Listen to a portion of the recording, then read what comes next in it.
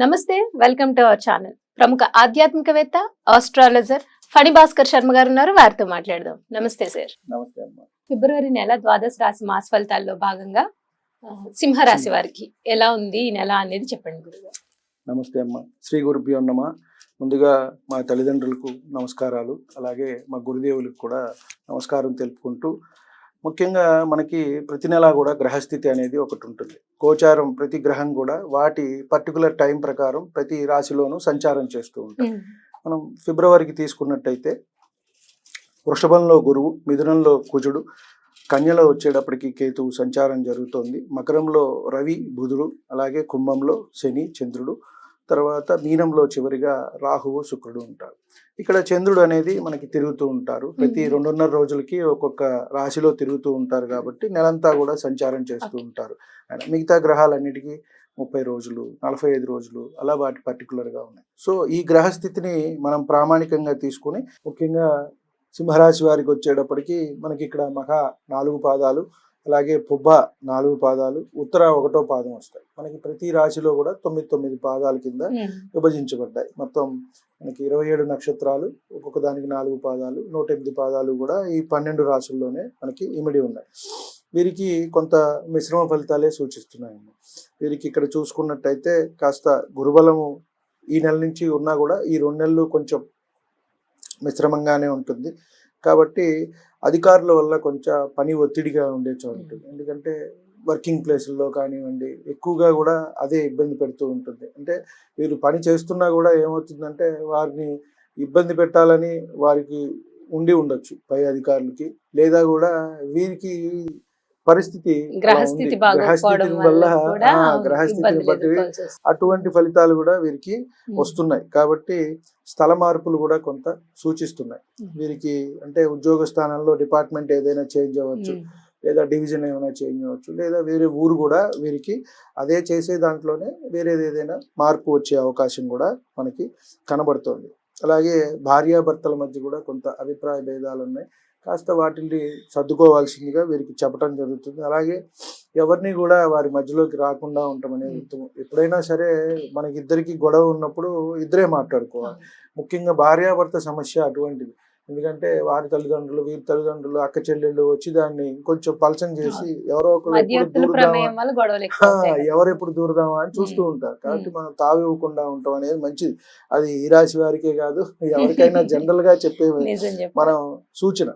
కాబట్టి ఇట్లా ఎవరి సలహాలు కూడా పెద్దగా ఎంకరేజ్ చేయటం, కొత్త వారిని నమ్మటం, ఇలాంటివి తీసుకున్నట్టయితే మోసపోయే అవకాశం ఉంది వీరికి. అంటే డబ్బులు పెట్టే కొన్ని ఏవోటి దాంట్లో పెట్టండి, దీంట్లో పెట్టండి, ఏదైనా పాలసీలు తీసుకోండి అని ఇట్లా కొత్త స్కీములు అని చెప్పని వస్తూ ఉంటారు. కాబట్టి కొత్త వారితో కొంత జాగ్రత్తగా ఉండమని చెప్పదగ్గ సూచన. కాస్త కుటుంబంలో వారికి కూడా అనారోగ్య సూచన సూచిస్తోంది. అంటే వారి పిల్లలకు కానివ్వండి, భర్తకు కానివ్వండి, భర్త ఉన్నట్టయితే భార్య, సంతానం, ఇట్లా ఎవరో ఒకరికి కొంత అనారోగ్య సూచన అయితే కనుక సూచిస్తోంది. ఇంట్లో వారితో ఎక్కువ సమయం గడపటం అనేది మంచిది. ఎందుకంటే కాస్త బయట ఎలాగో ప్రశాంతత ఉండదు కాబట్టి కాస్త ఇంట్లో వారితో టైం స్పెండ్ చేయటము. కొంతమంది ఉంటారు అక్కడ ఉద్యోగంలో ఉన్న ఆ టెన్షన్ కానివ్వండి, ఆ కోపాన్ని కానివ్వండి, అది ఇంటికి క్యారీ ఫార్వర్డ్ చేస్తారు, తీసుకొచ్చి ఇంట్లో వాళ్ళని అరుస్తూ ఉంటారు. అంటే భార్య అయితే భార్య, భర్త అయితే భర్త.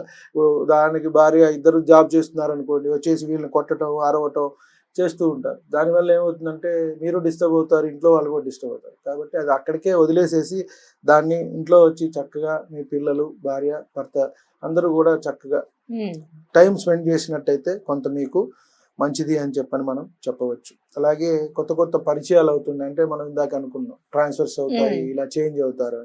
సో వాళ్ళ వల్ల ఇబ్బంది ఏమి ఉండదు. ఆ పరిచయాలను కూడా మనం పెంచుకున్నట్టయితే మనకు కొంత ఫ్రీగా ఉంటుంది. ఆలోచన అనేది వాళ్ళతో మాట్లాడినప్పుడు ఆ విధానం, మనం ఒక్కొక్క మనిషి ఒక్కొక్క ఆలోచన విధానంతో ఉంటాం. కాబట్టి వారితో మాట్లాడినప్పుడు కొన్ని కొత్త విషయాలు తెలుస్తూ ఉంటాయి. కాబట్టి ఇది వీరికి ఒకంత మంచిదే. అలాగే పిల్లల విషయాలు కూడా వీరికి బాగుందనే చెప్పచ్చు. ఆనందము, సంతోషము ఉన్నవారితో, లేని వారికి కూడా సంతానం కలిగే అవకాశం ఉంది. కాబట్టి వీరికి ఇబ్బంది లేదు అని మనం చెప్పవచ్చు. అంటే లేనివారు ఏంటంటే ఇక్కడ కూడా మనం ఒక రాశికి చెప్పుకున్నాము, ఇలాగే డాక్టర్ సలహా తీసుకోవాల్సిన అవసరం అయితే ఉంది. సంతాన సమస్యలు ఉన్నవారు తీసుకుని తదనుగుణంగా మనం, ఎందుకంటే సంతాన విషయం ఎప్పుడైనా మాట్లాడాలి అంటే భార్యాభర్త ఇరువురి జాతకాలు చూడాలమ్మా, మనం పరీక్ష చేయాలి. అలాగే ఇద్దరిని కూడా డాక్టర్స్ టెస్ట్ చేస్తారు. ఎందుకంటే ఒకరికి దోషం ఉండొచ్చు, ఒకరికి ఉండకపోవచ్చు, ఒక్కొక్కసారి ఇద్దరికీ ఉంటుంది. కాబట్టి అప్పుడు ప్రత్యామ్నాయం అనేది వారు చెప్తారు. ఇప్పుడు మనం కూడా చూస్తూ ఉంటాం, నిన్న ఒక చార్ట్ వచ్చి ఇద్దరికి కొంచెం ఇబ్బంది ఉంది, మరి అప్పుడు చూపించుకున్నారో లేదో తెలియదు. కాకపోతే ఏమవుతుందంటే మనం ఇద్దరు ఇలా ఉందమ్మా, మీరు డాక్టర్ని ఒకసారి సంప్రదించండి అన్న. అట్లాగే వీరు కూడా వెళ్ళినట్టయితే ఈ రాశి వారికి కూడా మంచి జరుగుతుంది. అలాగే వీరికి గృహయోగం సూచిస్తోంది. అలాగే వాహనం ఏదైనా ఉంటే గనక కొత్తది కొనుక్కుంటారు. ఇల్లు ఏదైనా ఉంటే గనక కొనుక్కునే అవకాశం ఉంది. లేదు ఇల్లు ఆల్రెడీ ఉంది అంటే దానిపైన ఏదైనా కొత్త ఫ్లోర్ వేసుకోవటం కానివ్వండి, ఇలాంటివి కూడా ఇన్ని కూడా వీరికి సూచిస్తోంది. కాబట్టి కొంత అటు ఇటుగా వీరికి మంచి చెడు సమపాళ్లలో ఉంది. ఫిబ్రవరి అంతా కూడా అంతా మరీ బాగా ఉండటం కానీ ఇబ్బందిగా ఉండకుండా మిశ్రమమైన ఫలితాలు అయితే గనక వీరికి సూచిస్తున్నాయి. సింహరాశి వారికి పర్వాలేదు, చెప్పుకోదగ్గట్టుగానే ఉంది. వీరు పాటించాల్సిన పరిహారాలు ఏంటి? వీరు ఆరోగ్యం కొంచెం ఇబ్బంది ఇంట్లో వాళ్ళకు కూడా ఉంది కాబట్టి వీరు ఆదిత్య హృదయం పారాయణం చేసుకున్నట్టయితే మంచిదమ్మా. రవిగ్రహానికి మనం ఎంత చేసుకుంటే అంత. ఆరోగ్య ప్రదాత రవి కాబట్టి మనం అంటే సూర్యుడు కాబట్టి ఆరోగ్యం కోసం ఆదిత్య హృదయం పారాయణం చేయటం అది కొంచెం కష్టంగా ఉంది, నేను చదవలేమంటే అట్లీస్ట్ వినటం అయినా మంచిది. ఇవాళ సమయాభావం వల్ల అందరూ మాకు చదవలేమండి అంటున్నారు, కొంతమంది తెలుగు కూడా చదవలేమండి అంటున్నారు. మనం పరిహారం చెప్పినప్పుడు అది మీరే పంపిస్తారా యూట్యూబ్లో చూసి లేదా వాట్సాప్లో చూసాను. కాబట్టి యూట్యూబ్లో అన్నీ ఉంటాయి కాబట్టి చక్కగా విన్నా కూడా వారికి మంచి జరుగుతుంది.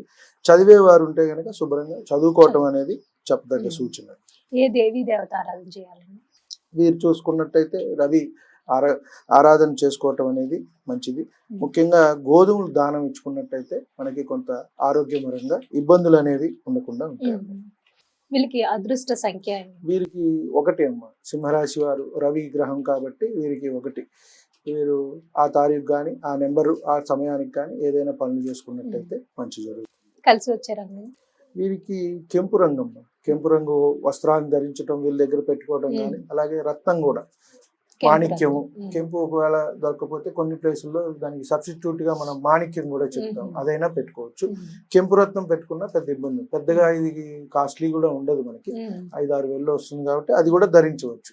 కెంపు వీరు ధరించవచ్చు, రాశ్యాధిపతి కాబట్టి పెట్టుకున్నట్టయితే అన్నిట్లో కూడా విజయంగా ఉంటుంది, ముందుకెళ్లేందుకు ధైర్యం వస్తుంది. ఏంటంటే మీరంతా రవికి మనం ఏంటంటే అది సింహరాశి కాబట్టి అగ్రెసివ్ గా ముందుకెళ్తారు, లీడ్ చేస్తారు కాబట్టి అటువంటి లక్షణాలన్నీ ఉంటాయి కాబట్టి ఆ పరంగా వీరికి మంచి జరుగుతుంది. ఆరోగ్య పరంగా కూడా ఇబ్బందులు లేకుండా ఉంటుంది. రైట్ అండి. ఫిబ్రవరి మాస దేవత ఆరాధన చేయాలి అనేది చాలా చక్కగా వివరించారు గురుగారు. ధన్యవాదాలు. నమస్కారం.